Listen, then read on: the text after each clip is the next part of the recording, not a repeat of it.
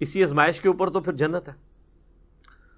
تو وہ جو خوشنما چیزیں جنہوں نے جہنم کو ڈھانپ رکھا ہے، ان میں سے پہلی چیز عورت کا فتنہ ہے۔ صحیح مسلم میں حدیث ہے، نبی صلی اللہ علیہ وآلہ وسلم نے فرمایا کہ دنیا متاع ہے، برتنے کی جگہ ہے، اور سب سے بہترین متاع نیک بیوی ہے۔ دوسری طرف یہ بھی اسپیکٹ ہے کہ نیک بیوی جنت تک پہنچنے کا ذریعہ بن سکتی ہے۔ عورت آزمائش ضرور ہے، لیکن اگر نیک عورت ہوگی، نیک بیوی ہوگی، تو دنیا میں اس سے بہترین برتنے کی کوئی چیز نہیں ہے، دنیا میں بھی نفع اور آخرت میں جانے کا، جنت میں جانے کا سبب بھی۔ ایک اور حدیث ہے بخاری اور مسلم دونوں میں، نبی صلی اللہ علیہ وآلہ وسلم نے فرمایا، میں اپنے بعد تمہارے لیے عورت سے بڑا کوئی فتنہ شمار نہیں کرتا۔ یہ آپ علیہ السلام نے اپنے وفات کے دنوں میں وصیتیں کرتے ہوئے فرمایا کہ میرے بعد سب سے بڑی آزمائش جو تم پہ ہے وہ عورت کے فتنے کی شکل میں آئے گی۔ اب عورت کا فتنہ ایک تو سیکس کے پوائنٹ آف ویو سے بھی ہو سکتا ہے، اور ایک اس پوائنٹ آف ویو سے کہ کوئی شخص اپنی بیوی کی محبت کے اندر جو جائز ہے ایکسٹریم رویہ اڈاپٹ کرے کہ اللہ کی حدوں کو توڑ دے، یا بیویوں کے ساتھ حسن سلوک نہ کرے اور ان کے جو جائز حقوق ہیں ان کو نہ دے، اور اس کے سبب اللہ تعالیٰ کے وہ عذاب کا مستحق ہو جائے۔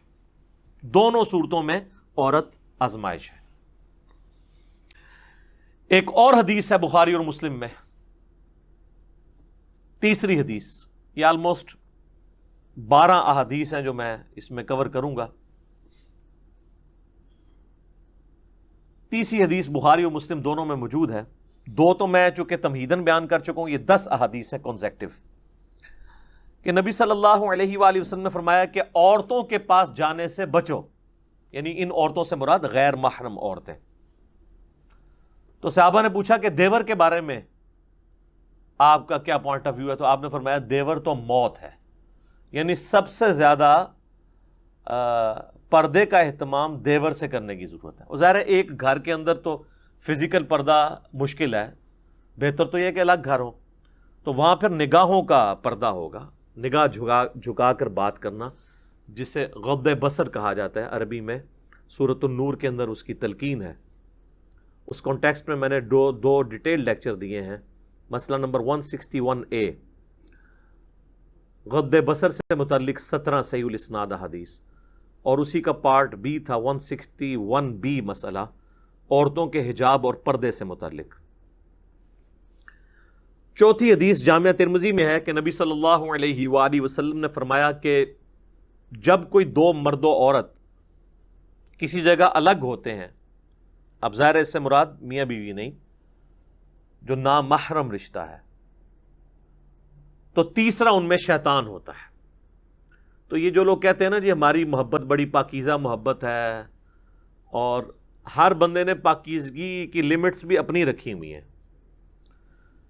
کوئی شخص صرف فون پہ بات کرنے کو پاکیزہ محبت سمجھتا ہے، کوئی ہاتھ لگانے کو پاکیزہ محبت سمجھتا ہے، کوئی ایک سٹیپ اس سے آگے جانے کو پاکیزہ محبت سمجھتا ہے، اور اس سے آگے جانے کو وہ گناہ شمار کرتا ہے۔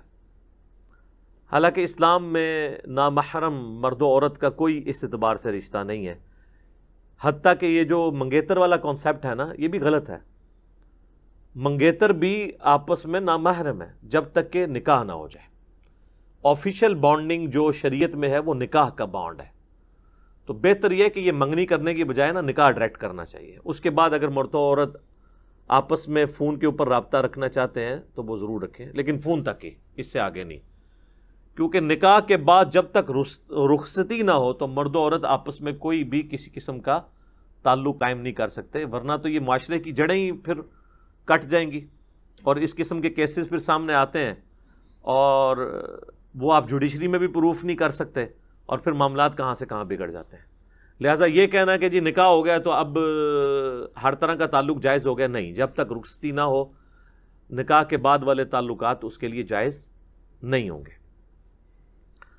5ویں حدیث صحیح مسلم کی ہے، نبی علیہ السلام سے پوچھا گیا جو اچانک نظر اٹھ جاتی ہے، تو آپ نے فرمایا کہ اللہ نے مجھے اس چیز سے منع کیا ہے اور حکم دیا ہے کہ اگر اچانک نظر اٹھ جائے تو میں فوراً اپنی نظر ہٹا لوں۔ یعنی وہ نظر آپ نے یہ نہیں ہے کہ گھر چھوڑ کے آنا ہے ایک نظر کے اندر، کہتا نہیں پہلی نظر معاف ہے. پہلی نظر سے مراد دیکھنا نہیں ہے، پہلی نظر سے مراد ہے کسی شخص کا نامحرم کے بارے میں اس کو یہ پتہ چل جانا، تو پہلی نظر اس کی ہو گئی. اب جان بوجھ کے چاہے وہ پہلی نظر بھی ڈالے گا تو اس کی دوسری شمار ہوگی. چھٹی حدیث بخاری اور مسلم دونوں میں نبی علیہ السلام نے فرمایا کہ اے نوجوانوں کے گروہ، تم میں سے جس میں استطاعت ہو وہ نکاح کرے، اور اگر نکاح نہیں کر سکتا، یعنی اس کی فائنینشیل حالت ایسی نہیں ہے، تو وہ پھر روزے رکھ کے اپنی شہوت کو ٹھنڈا کرے. اور اس میں الفاظ ہیں نکاح کرو. نکاح کرنا تمہاری عفت اور عصمت کی حفاظت اور شرمگاہ کی حفاظت کا ذریعہ ہے، اور یہ نگاہیں نیچی رکھنے کا ذریعہ ہے.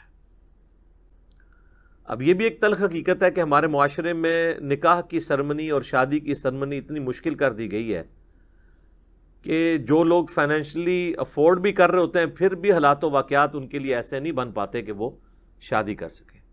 اور دوسری طرف یہ بھی ایکسٹریم ہے کہ ایک شخص فیملی کو سپورٹ کر ہی نہیں سکتا اور آپ زبردستی اس کی شادی کروا دیں کہ جی یہ بعد میں بندے کا پتر بن جائے گا، الٹا آپ دو خاندانوں میں لڑائیاں ڈلوا دیں گے. تو یہ بھی کوئی اپروچ نہیں ہے. اور اس حدیث میں جو استطاعت ہے اس سے مراد اس کی سیکچول استطاعت نہیں ہے بلکہ فائنینشیل استطاعت کا ذکر ہے کہ فائنینشلی اگر وہ استطاعت رکھتا ہے تو وہ نکاح کرے گا. ورنہ یہ تو نہ ہوتا کہ جس کی استطاعت نہیں ہے تو وہ روزے رکھے. اگر اس سے مراد وہ سیکچول چیز ہوتی پھر تو روزے بھی رکھنے کی ضرورت نہیں تھی اس کو. تو اس سے مراد وہی چیز ہے. اس میں اکثر وہ مشہور کیا جی غریب آدمی آیا، حضور نے کہا شادی کر لو، اور غریب ہو گیا، کہا دوسری کر لو، اور غریب ہو گیا، تیسری کر لو، چوتھی کر لو، پھر وہ امیر ہو گیا. سر اس طرح نہیں کوئی امیر ہوتا، بیڑا گرک کیتا ہے. یہ بالکل جھوٹی روایتیں ہیں، یہ میرا خیال ہے کنواروں نے گھڑی ہوئی ہیں. ان روایتوں سے پھر بھی شادی نہیں ہونے کی جن کی نہیں ہونی. اچھا، 7ویں حدیث ہے صحیح بخاری میں. آپ صلی اللہ علیہ وآلہ وسلم نے فرمایا جو شخص مجھے اپنی زبان اور شرمگاہ کی حفاظت کی ذمہ داری دے دے میں اسے جنت کی گارنٹی دیتا ہوں. اب یہ دو چیزیں جو ہے نا یہ بہت کرٹیکل ہیں، زبان اور شرمگاہ کا معاملہ. 8ویں حدیث صحیح مسلم میں ہے. نبی صلی اللہ علیہ وآلہ وسلم نے فرمایا یہ دنیا بڑی میٹھی ہے، سرسبز و شاداب ہے، اور اللہ نے دنیا میں تمہیں اپنا خلیفہ بنایا ہے. اب وہ یہ دیکھے گا کہ تم کیسے اعمال کرتے ہو. اور پھر آپ علیہ السلام نے فرمایا کہ تم دنیا اور عورت کے فتنے سے بچنا. دو چیزیں فرمائی، دنیا کی محبت، اس کی دولت کی محبت، اور عورت کی. یہ کیسی کنکلوڈنگ گفتگو ہے کہ اللہ نے تمہاری آزمائش ان دو چیزوں میں رکھ دی ہے، عورت اور مال. باقی آپ جتنے بھی دیکھیں گے وہ اسی کی کرالریز ہوں گی. اچھی گاڑی مال کی کرالری ہے، زیادہ پلاٹس مال کی کرالری ہے. تو دنیا کی محبت، اس کے مال کی محبت اور عورت سے بچنا. اللہم انی اعوذ بک من فتنۃ النساء، اللہم انی اعوذ بک من فتنۃ الدنیا وعذاب الآخرہ، آمین ثم آمین. 9ویں حدیث جامعہ ترمذی میں ہے. نبی علیہ السلام نے فرمایا تم نے کوئی بھی دو محبت کرنے والے میاں بیوی سے بڑھ کر نہیں دیکھے ہوں گے. یعنی یہ حقیقت بات ہے، دنیا میں جو اللہ نے محبت میاں بیوی کے درمیان رکھی ہے نا، اس طرح کی ایکسٹریم محبت اور کلوزنس کسی بھی اور رشتے کے اندر نہیں ہے. اسلام میں خاندان کی اکائی ہی میاں بیوی ہے. ویسے انڈیا پاکستان میں تو ماں باپ کو ذرا اوپر کا درجہ دیا جاتا ہے، وہ جس لیول پہ درجہ ہے وہ اپنی جگہ ہے، لیکن جو بیسک یونٹ ہے نا خاندان کا وہ میاں بیوی کا رشتہ ہے. اسی لیے تو مسلم شریف میں آتا ہے نا کہ شیطان کا تخت پانیوں پہ لگا ہوا ہے. جو آج کل کے ماڈرن اسکالرس کا موقف ہے، ہو سکتا ہے یہ برمودا ٹرائنگل پہ ہی شیطان کا تخت لگا ہو، اور وہ شام کے وقت اپنے سارے چیلوں سے رپورٹ لیتا ہے.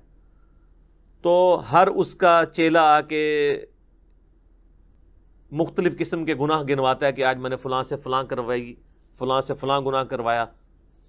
ایک چیلا آ کے کہتا ہے آج میں نے میاں بیوی کے درمیان علیحدگی کروا دی ہے. تو شیطان کسی سے خوش نہیں ہوتا، اس سے خوش ہوتا ہے اور اسے گلے لگا کے ملتا ہے کہ اصل کام تو نے کیا ہے. کیونکہ میاں بیوی کے درمیان جدائی ہو گئی تو اولاد تو ویسے ہی گئی، معاشرے کے لیے ناسور بن گئی اولاد بھی، اور بعض اوقات ایسی عورتیں یا ایسے مرد بھی ناسور معاشرے کے لیے بن جاتے ہیں اگر دوبارہ ان کا پیچ اپ نہ کہیں پہ ہو سکے. تو تم نے کوئی بھی محبت کرنے والے میاں بیوی سے بڑھ کے نہیں دیکھے ہوں گے. 10ویں حدیث صحیح مسلم میں ہے، نبی صلی اللہ علیہ وآلہ وسلم نے فرمایا سبحان اللہ کہنا بھی صدقہ ہے، الحمدللہ کہنا بھی صدقہ ہے. یہ صدقہ پنجابی والا نہیں، عربی میں صدقہ کہتے ہیں نیکی کے کام کو. اللہ اکبر کہنا بھی صدقہ ہے، لا الہ الا اللہ کہنا بھی صدقہ ہے، اور راستے سے تکلیف دہ چیز کو دور کر دینا بھی صدقہ ہے. امر بالمعروف و نہی عن المنکر، لوگوں کو نیکی کا حکم دینا اور برائی سے روکنا، یہ بھی صدقہ ہے. حتیٰ کہ تمہارا اپنی بیویوں کے ساتھ ازدواجی تعلق قائم کرنا بھی صدقہ ہے. باقی ساری باتیں تو صحابہ کو سمجھ آ گئیں. آخری بات پہ انہوں نے کاؤنٹر کوسچن کیا، یا رسول اللہ ایک پیور ایک اینیمل انسٹنکٹ والی جو ایکٹیویٹی ہے اس پہ بھی نیکی ہے. تو آپ نے فرمایا اگر تم یہی ضرورت کسی ایسی عورت سے پوری کرو جو تمہارے لیے حلال نہیں ہے تو کیا تمہیں گناہ ملے گا؟ صحابہ نے کہا یا رسول اللہ ملے گا. تو فرمایا کہ پھر تمہیں اپنی بیویوں کے ساتھ ازدواجی تعلق قائم کرنے پر ثواب بھی ملے گا. یہ ہے نیکی کا کانسیپٹ اسلام کے اندر. تو یہ میں نے 12 احادیث کا